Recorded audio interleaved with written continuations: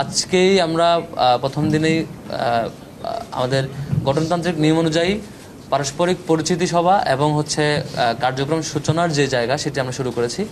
এখানে আমাদের ডাকসুর যিনি সভাপতি, বিশ্ববিদ্যালয়ের সম্মানিত উপাচার্য, তিনি উপস্থিত ছিলেন এবং ডাকসুর যিনি কোষাধ্যক্ষ যিনি ট্রেজারার, তিনি ওনার পরিবর্তে ভারপ্রাপ্ত একজন উপস্থিত হয়েছেন আজকে।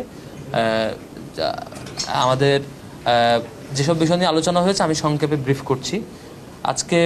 আজকের সভায় আমরা পারস্পরিক পরিচিত হয়েছি, যারা নির্বাচিত হয়েছে তারা, এবং আমরা আলোচনা করেছি, সিদ্ধান্ত নিয়েছি আজকে থেকে আমরা শিক্ষার্থীদের প্রতিনিধি হয়ে যে মতেরই থাকি না কেন, যে দলের যে মতের যে চিন্তার পার্সোনাল যা থাকুক না কেন, আমরা সবকিছু পেছনে রেখে শিক্ষার্থীদের প্রতিনিধিত্ব করে শিক্ষার্থীদের ভয়েসগুলো রেজ করতে চাই, শিক্ষার্থীদের জন্য কাজ করতে চাই, সবার প্রতিনিধি হয়ে, সবাইকে ধারণ করে। সেই জায়গাটাতে আমরা একমত হয়েছি। আমরা একই সাথে সিদ্ধান্ত নিয়েছি আমরা শর্ট টাইমের মধ্যে এক্সিকিউটিভ প্ল্যানগুলো গ্রহণ করব। প্রত্যেকটা বিভাগ এবং যারা নির্বাচিত প্রতিনিধি তাদের 12 মাসে কী কাজ হতে পারে, কোন উইকে কী কাজ হতে পারে, টোটাল প্ল্যানটা আমরা শর্ট টাইমের মধ্যে করে আমরা কাজে নেমে পড়বো ইনশাল্লাহ। তারপরে নির্বাচিত প্রতিনিধির পক্ষ থেকে সিনেটে 5 জন সদস্য পাঠানোর ব্যাপারে আমরা আলাপ করেছি এবং আমাদের যে সিদ্ধান্ত হয়েছে সেটি গ্যাজেট আকারে আপনারা পেয়ে যাবেন ইনশাল্লাহ।